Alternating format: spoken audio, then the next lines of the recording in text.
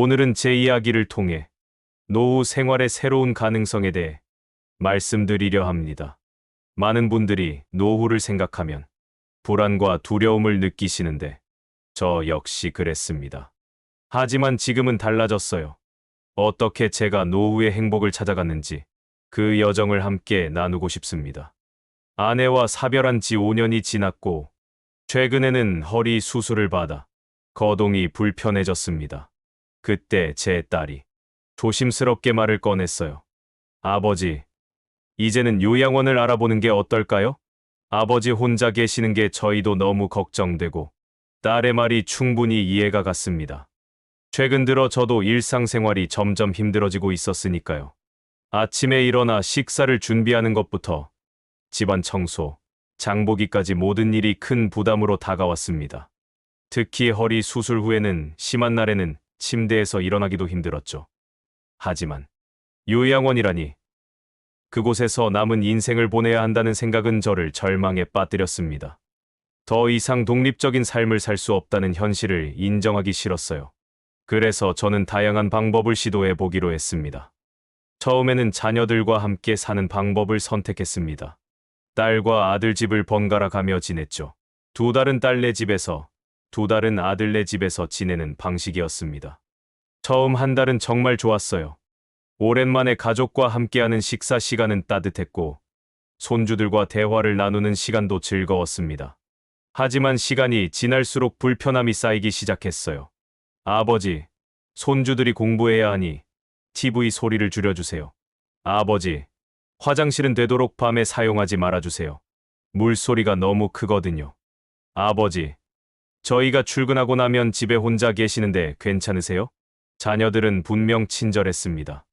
하지만 저는 그들 가정의 리듬을 방해하는 존재가 되어가고 있었어요.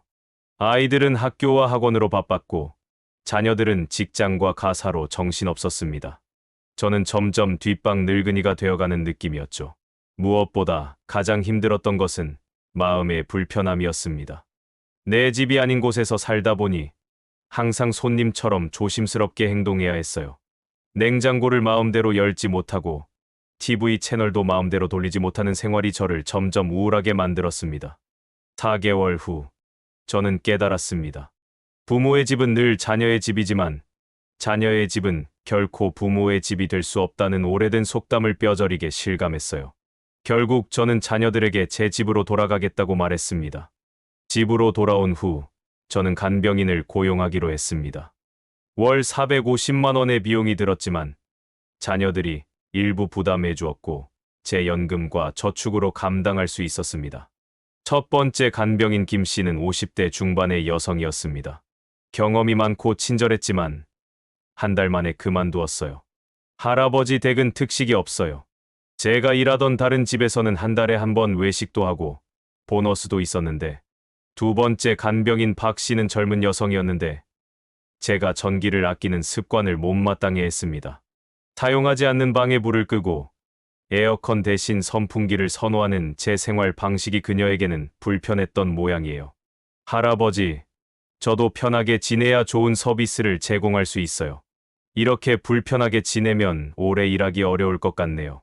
세 번째 간병인을 구하는 과정에서 저는 깨달았습니다. 이것은 단순한 돈의 문제가 아니라는 것을요. 내 집에 타인이 들어와 함께 생활한다는 것은 두 사람의 성격과 생활 습관이 맞아야 하는 매우 어려운 일이었어요. 더 큰 문제는 간병인을 구하기 어렵다는 점이었습니다. 좋은 간병인은 수요가 많아 구하기 힘들었고 경험이 부족한 간병인은 제게 필요한 도움을 제대로 주지 못했어요. 그리고 무엇보다 내 집에 항상 타인이 있다는 사실이 저를 불편하게 했습니다. 자녀들과의 동거도 간병인 고용도 실패한 후 저는 결국 월 180만 원짜리 요양원에 입소했습니다.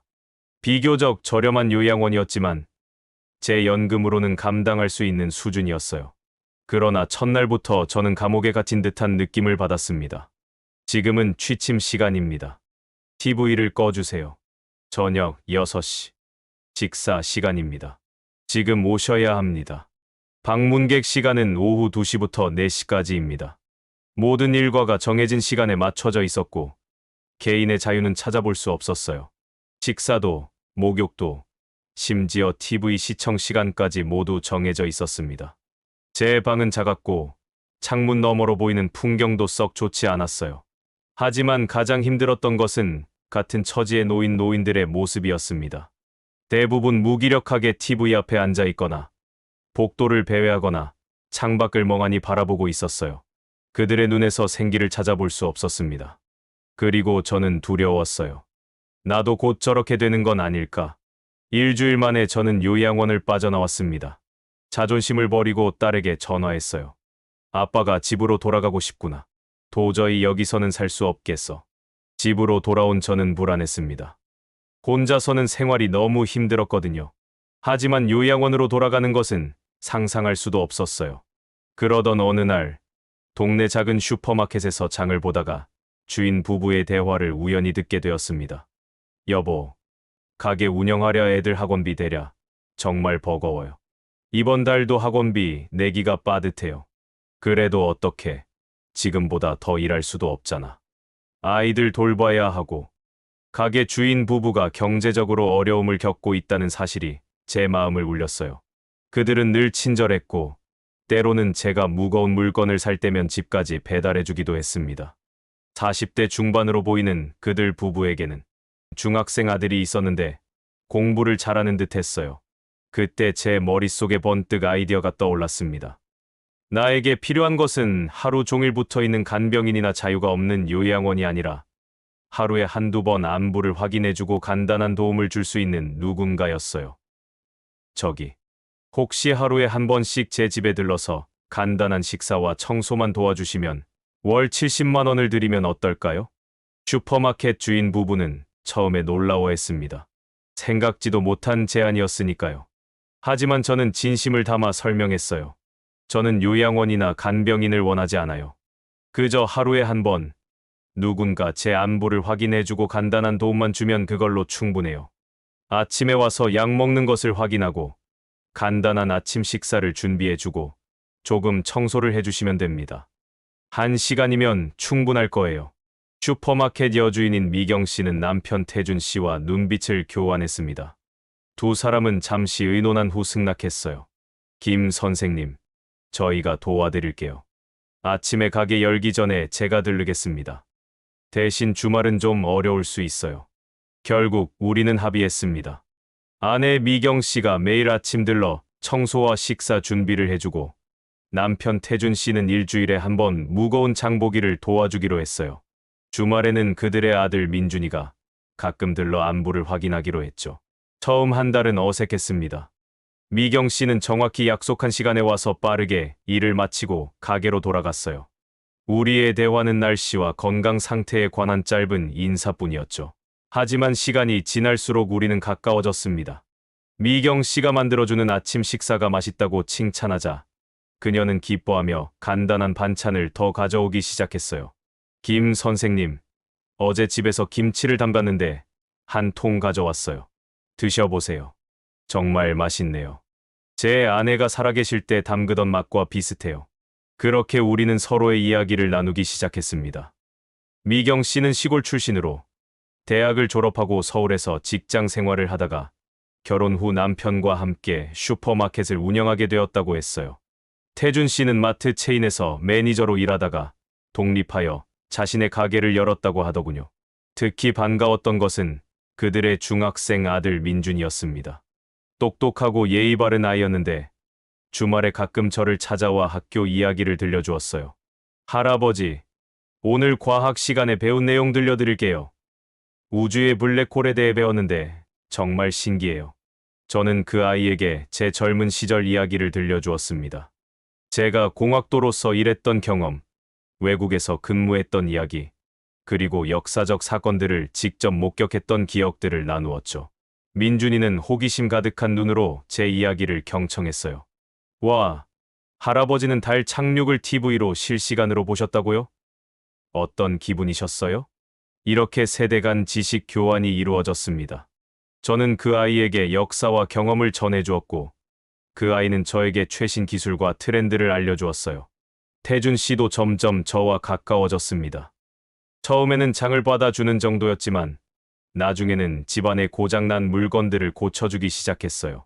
수도꼭지 교체, 전구 교체, 가구 수리 등 제가 하기 어려운 일들을 도와주었죠. 김 선생님, 이 선반이 흔들리네요. 제가 고정해 드릴게요. 고맙습니다. 태준 씨, 당신 같은 사람이 옆집에 살았다면 얼마나 좋았을까요?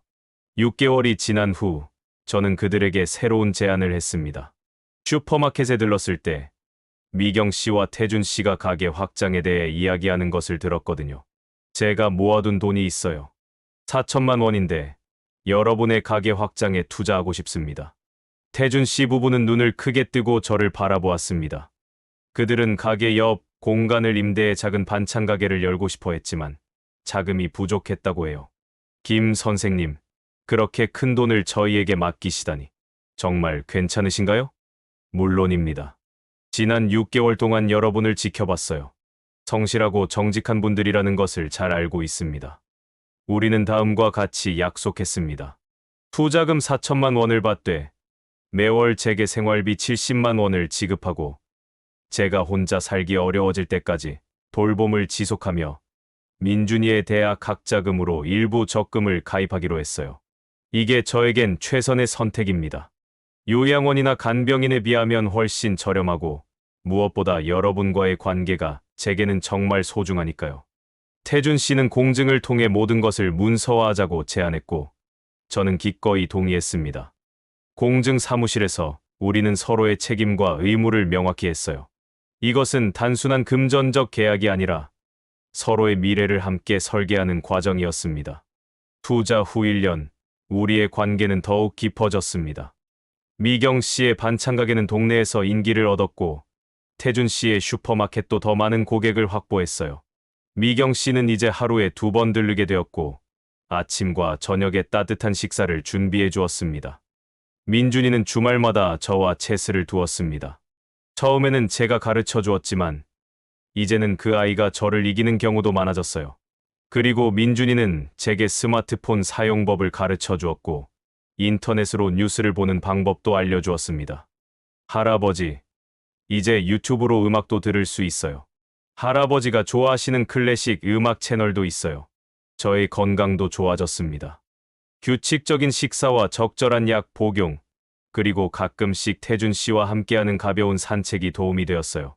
무엇보다 마음의 안정이 제 건강에 큰 영향을 미쳤다고 생각합니다. 이 이야기가 동네에 소문이 나자 비슷한 시도를 하는 노인들이 생겼습니다. 옆 동에 사는 이 할머니는 동네 세탁소와 비슷한 계약을 맺었고 김 할아버지는 꽃집과 협력 관계를 맺었어요. 각자의 상황과 필요에 맞게 다양한 형태의 돌봄 관계가 형성되기 시작한 것입니다. 하지만 모든 사례가 성공적인 것은 아니었습니다. 어떤 노인분들은 불만을 토로하기도 했고 일부 상인들은 약속을 제대로 지키지 않는 경우도 있었어요. 저는 이런 사례들을 관찰하면서 성공적인 협력 관계의 핵심 요소를 발견했습니다. 첫째, 진정한 신뢰가 필요합니다. 단순한 돈독한 관계가 아닌 서로에 대한 진심 어린 관심과 배려가 필요해요. 문서상의 계약도 중요하지만 그보다 더 중요한 것은 서로에 대한 신뢰입니다. 둘째, 명확한 경계가 있어야 합니다. 서로의 사생활과 독립성을 존중해야 해요. 미경 씨는 제 집에 오는 시간을 항상 미리 알려주었고 저 역시 그들의 가게 일에 지나치게 간섭하지 않았습니다. 셋째, 상호 이익이 있어야 합니다. 돈만이 아닌 서로에게 의미 있는 가치를 교환해야 해요. 저는 그들에게 경제적 도움을 주었고 그들은 저에게 돌봄과 친구가 되어 주었습니다. 민준이에게는 인생의 멘토가 되어 주었고 그 아이는 저에게 새로운 세상을 알려주었어요. 넷째, 지역사회 연결이 중요합니다.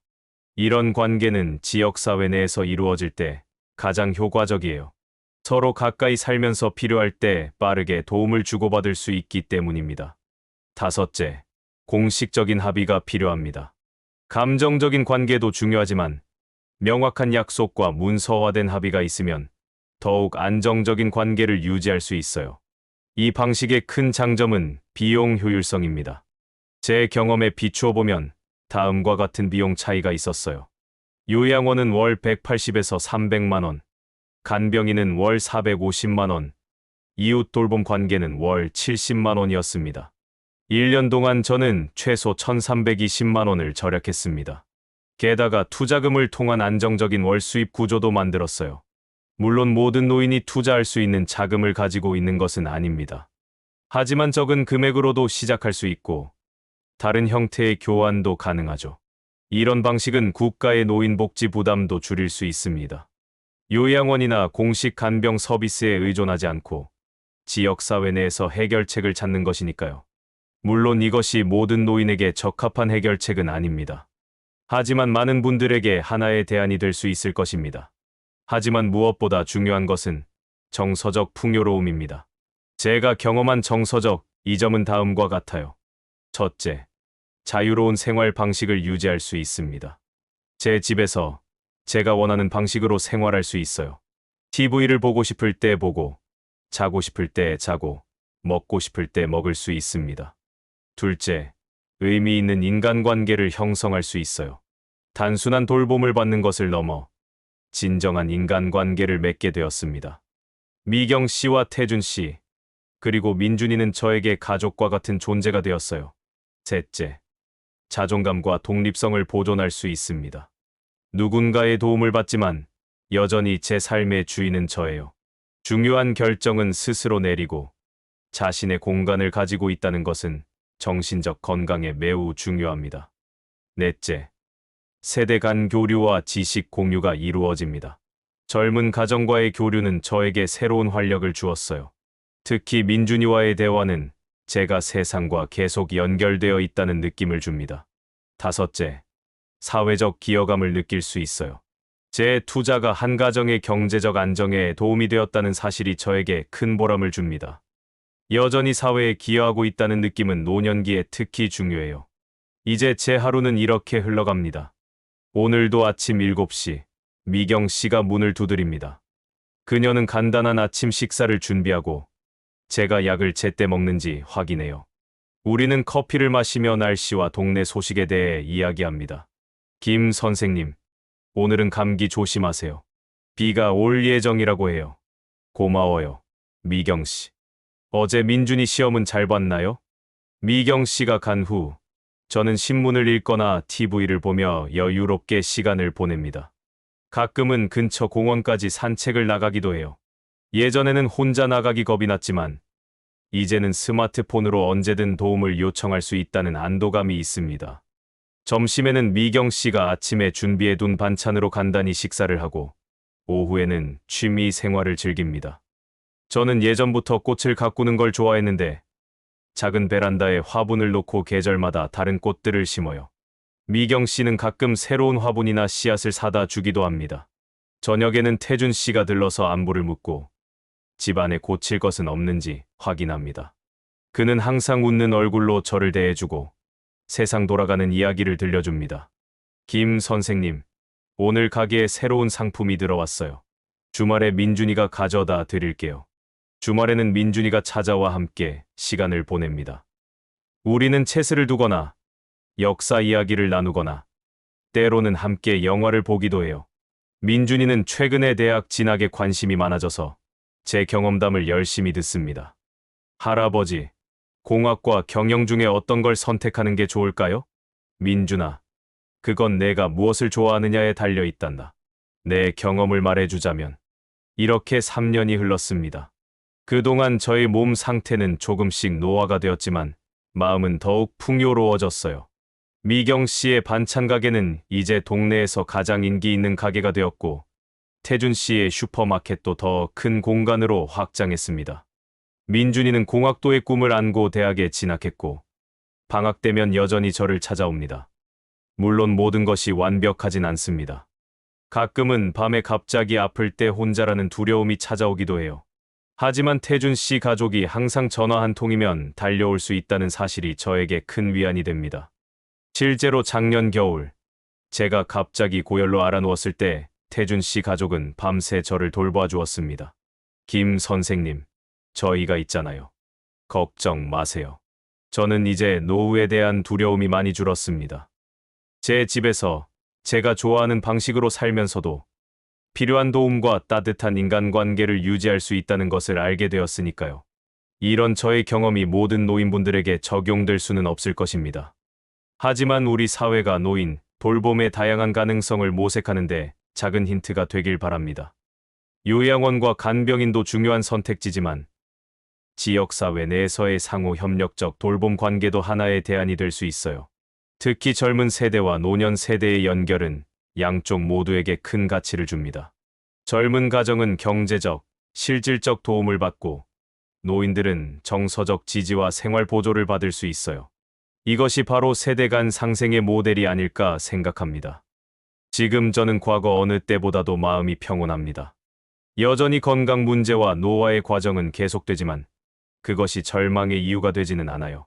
제 주변에는 저를 진심으로 걱정해주는 사람들이 있고 제가 그들에게 의미 있는 존재라는 사실을 알기 때문입니다. 미래에 대한 계획도 있습니다. 제 건강이 더 나빠져 독립적인 생활이 어려워지면 태준 씨 가족의 별채에서 지내는 방안도 논의 중이에요. 그들은 집 뒤편에 작은 별채를 마련할 계획을 세우고 있습니다. 그곳에서 저는 가까이 있으면서도 각자의 공간을 유지할 수 있을 거예요. 김 선생님, 저희는 선생님을 가족처럼 생각해요. 앞으로도 함께해요. 어쩌면 이것이 진정한 인생 2막이 아닐까 싶습니다. 단순히 살아남는 것이 아니라 새로운 관계를 통해 삶의 의미를 재발견하는 시간. 제가 찾은 행복의 비결은 어쩌면 아주 단순할지도 모릅니다. 서로에게 필요한 사람이 되는 것. 그것이 노년기를 풍요롭게 만드는 열쇠가 아닐까요? 여러분 중에 비슷한 고민을 하고 계신 분들이 있다면 주변을 한번 둘러보세요. 여러분에게 필요한 도움을 줄 수 있는 사람, 그리고 여러분이 도움을 줄 수 있는 사람이 생각보다 가까이 있을지도 모릅니다. 그리고 그 관계 속에서 여러분은 새로운 노후의 가능성을 발견하게 될 것입니다. 감사합니다.